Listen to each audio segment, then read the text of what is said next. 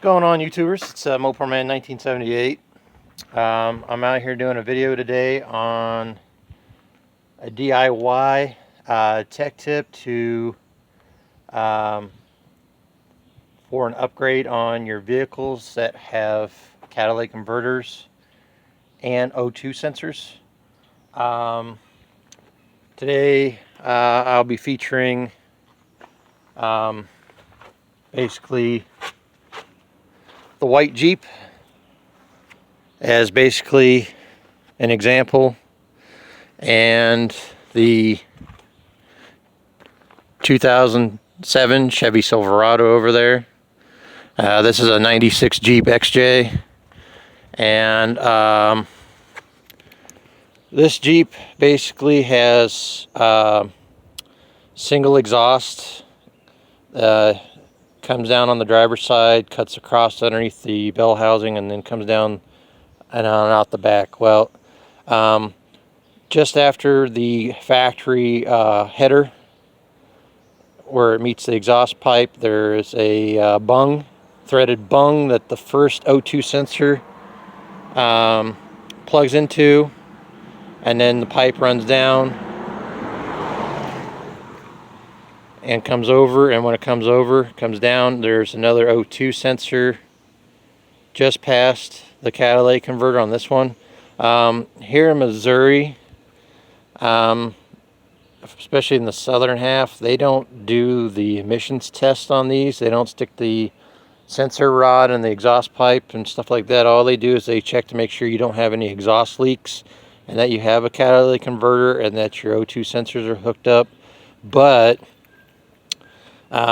what we did on this is we left the the bank 1 O2 sensor intact where it's supposed to be, because that works with all the sensors, and then it comes down and goes through the guts of the cat have been knocked out, so all it is, it looks like there's a functioning converter there, but there's nothing inside the converter. And then we did the delete on the bank 2. Basically, here's the bank 2 O2 sensor,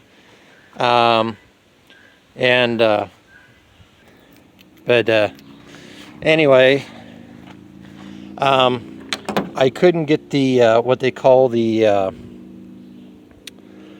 non-fouler fitting off that I installed, that you can buy at O'Reilly's or AutoZone or Advanced Auto Parts. Basically, it looks like, let's see here, let's put the light on. Basically, it looks like this. It has the part where you put the socket or the wrench on. Over here is the fine threaded end that screws into the bung on the exhaust pipe. And the back side wouldn't be like this here. It'd be a little bit wider to accept this section of the O2 sensor. So basically it would be like this. It would be threaded in. Anyway, I know this is a pretty crude deal, but anyway. So basically somebody took the time and test to find out that if you put a non-fouler extension in that's meant to be for a spark plug, these come in like 14 millimeter, 18 millimeter, so on. And I think they come 2 in a pack. But anyway, and like I said, this is just an example. This isn't an actual non-fouler part, but I couldn't get the other one out because it's already welded itself into the exhaust pipe bung. Anyway, basically they found out that if you basically take the O2 sensor on the bank 2 on this particular vehicle and you move it out of the way of the exhaust gas flow coming out the back of the converter, it fools the computer into thinking that the sensor still works, even though when the sensor has gone bad, or it still works. You don't have to worry about replacing one of these ever again, because they go from anywhere from $30 to $100 and some on the internet and whatnot in the auto parts stores. Anyway, Like I said, if you on the fittings that you buy, you'll have to set it upright in a vise. Take a 1/2 inch drill bit and make sure it's straight and level, and drill straight down through the middle until you go out the bottom. 1/2 inch drill bit all the way through.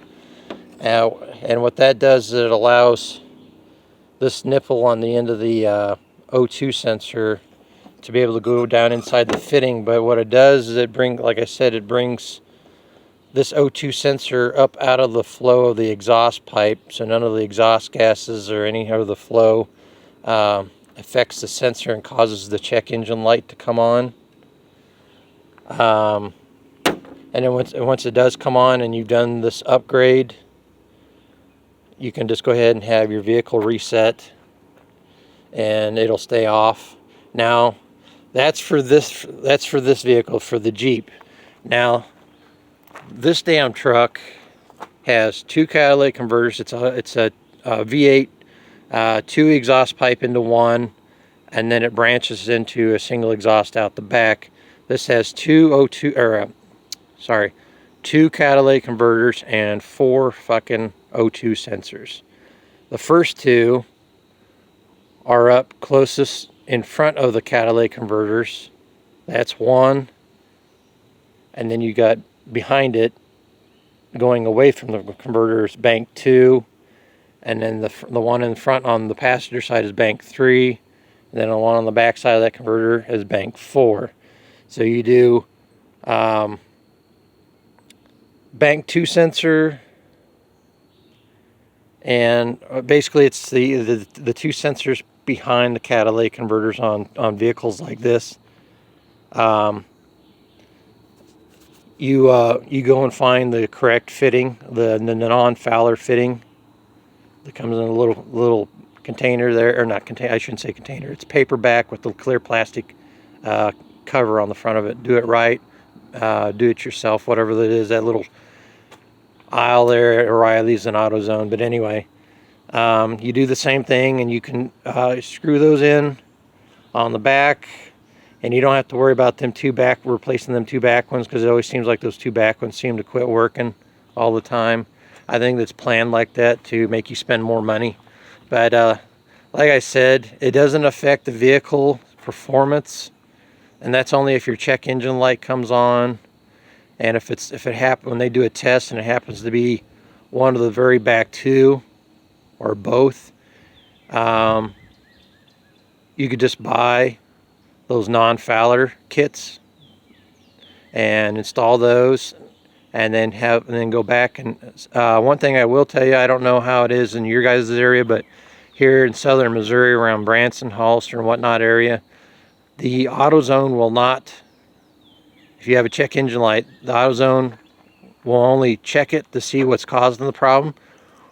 And even if you get it fixed, they will not reset the vehicle for you to get the check engine light to come off. I actually had to drive across the street to O'Reilly's and have O'Reilly's do it for me for free. So, but anyway, the other thing is on this one here, the converter's got the guts knocked out of it, and it's got a high flow muffler by Pipes called Street Pro on this Jeep. This has just got stock exhaust on it, but it could benefit from having the guts knocked out of the converters on these 2. Or I should say the guts knocked out on the 2 converters on this truck. Sorry about that, I'm getting a little ahead of myself. Sorry about the goof ups. Anyway, Blake from Bad Tree Productions, if you're watching this, I know this wasn't the best video, but you said you wanted to improve on your Chrysler 300 at the track. And I think you said that they don't do emissions tests there in Iowa. We've been away from Iowa since '89, so we have no idea what their requirements are up there. But if you were to not knock the guts out of the converters, like cut the pipe off behind the converter and knock the guts out, and have somebody come in there with a shop vac and suck the guts out, the chunks, or just cut them off and then knock them completely out and weld them back up. And then, like I said, delete the 2 back sensors, bring them up out of the flow with the non-Fowler extensions. And then you said that you had gotten rid of the factory pillow / suitcase mufflers, but you still had the factory resonators. If you want to improve on a little bit of more flow, get rid of those factory resonators and just put in like a couple of straight pipe, or not straight pipes, but glass packs without the little louvers on the inside, just the regular old drilled out holes, punched out holes in it. I can't remember if you said you already did that or not, but anyway, that should definitely help you out at the track. Otherwise, you'll have to get some high flow, MagnaFlow catalytic converters for your Chrysler 300. Other than that, that's pretty much what I wanted to cover. Like I said, you could do these upgrades to save yourself some money where you don't have to keep replacing the back sensors, the very back sensors past the catalytic converters, and still be able to pass an inspection, but it won't pass emissions inspections where they stick the sensor in the back of the exhaust pipe and read the exhaust gases and whatnot. But anyway, if you have any questions, comments, whatever, feel free to leave them below, whether they're in disgust or you enjoyed this video, whatever, let me know. Catch you on the next one.